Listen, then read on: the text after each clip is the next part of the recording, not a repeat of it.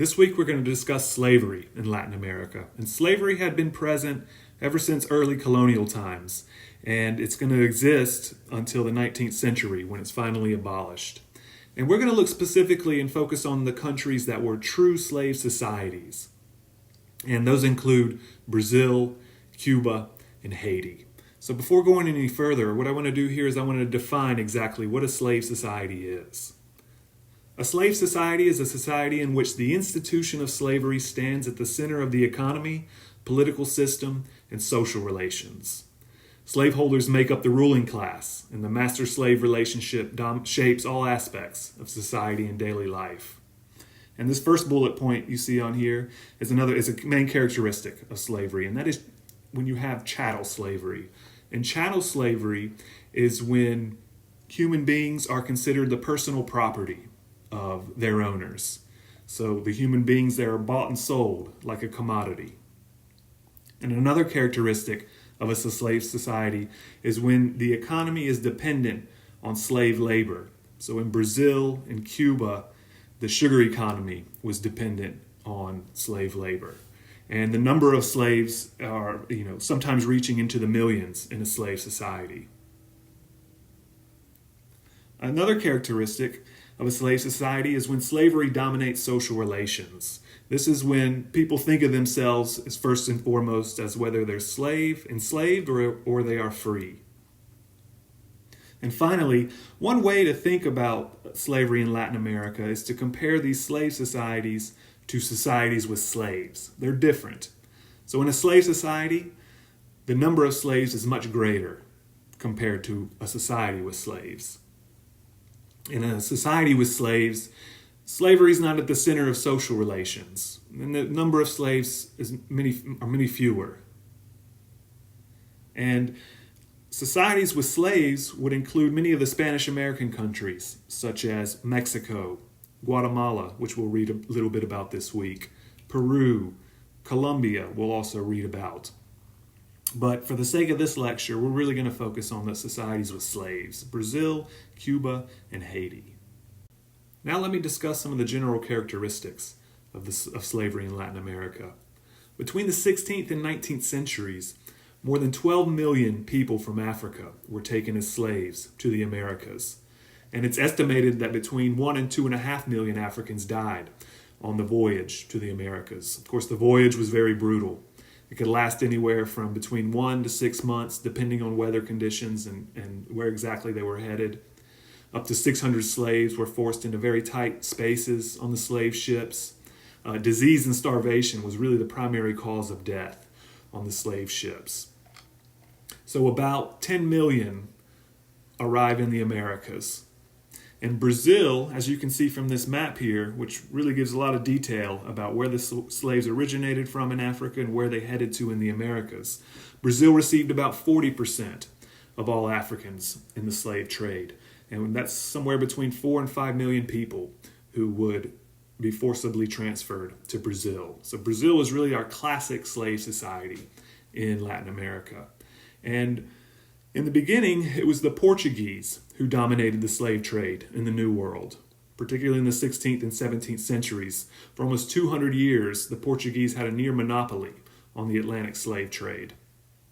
And the first slaves, they went to Brazil, where they would work on sugar plantations, but as you can also see on the map, many would also go to the Caribbean when the sugar economy began to take off there as well. And when slavery started to take off in the Caribbean, it was the British who dominated the slave trade by the 18th century. And it is estimated that more than half of the entire slave trade took place during the 18th century, when Britain was heavily involved in the trade. Slavery took off in Cuba as well. So after the Haitian Revolution in the 1790s and the early 1800s, when slavery was abolished there, and the sugar economy was destroyed, that is when Cuban sugar production started to take off, and there was a large demand for slaves in Cuba. So you can see here on the map, over 750,000 slaves were transported to Cuba, and most of that occurred in the 19th century, during the 1800s. Now what I want to do is I want to compare slavery in the United States versus slavery in Latin America. This is just kind of a good way to understand how slavery in Latin America was different and distinct than what you've probably learned in your U.S. history courses. And you may have noticed on the previous slide that there were fewer than 800,000 slaves who were taken forcibly to the United States during the colonial period in the 19th century. So compare that to many millions of slaves who were taken to Latin America during those centuries. And the first key characteristic that makes slavery different between these two regions is that the sex imbalance ratio was greater in Latin America. Many of the slaves in Latin America who arrived from Africa, most of them were males. And in the United States, there was more parity between men and women. So in the United States, the birth rate was higher among slaves than in Latin America. This made it harder for the slave population in Latin America to reproduce itself. And because the slave population doesn't reproduce itself at the rate it does in the United States, that's part of the reason why there was such a demand for slaves in Latin America and why the numbers were greater. And another characteristic that separates these two regions is that tropical diseases made death rates higher for slaves in Latin America.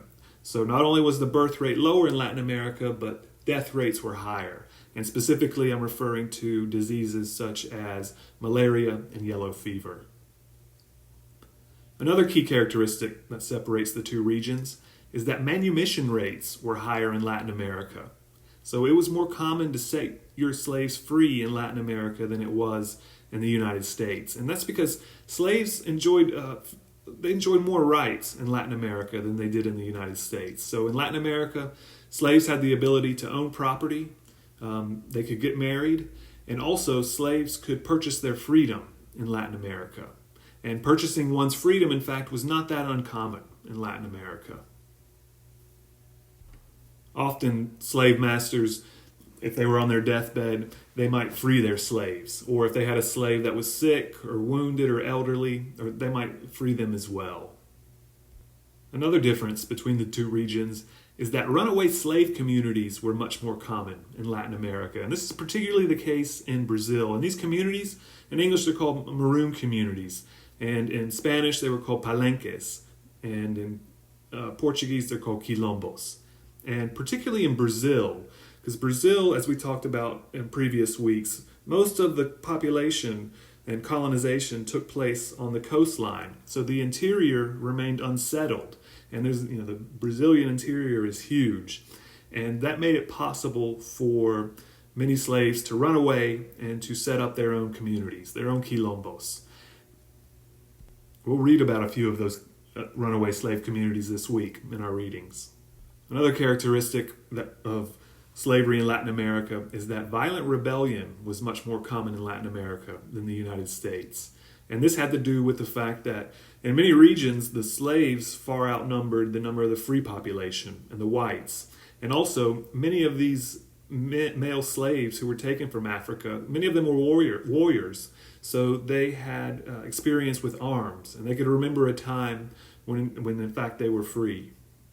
They also had fewer community and family ties in Latin America, so that made the possibility of violent insurrection a greater path to freedom. And finally, another key difference between Latin America and the U.S. was that Latin America had a much larger free black population than in the U.S. So in the U.S., only about 1.5% of all blacks were free during the times of slavery. And in Brazil, nearly half of the black population would be free during the colonial period in the 19th century. And it was also much more common in Latin America that there was racial mixing between the different races, whites and blacks. And in the U.S., whites and blacks tended not to mix with each other sexually to the degree that they did in Latin America.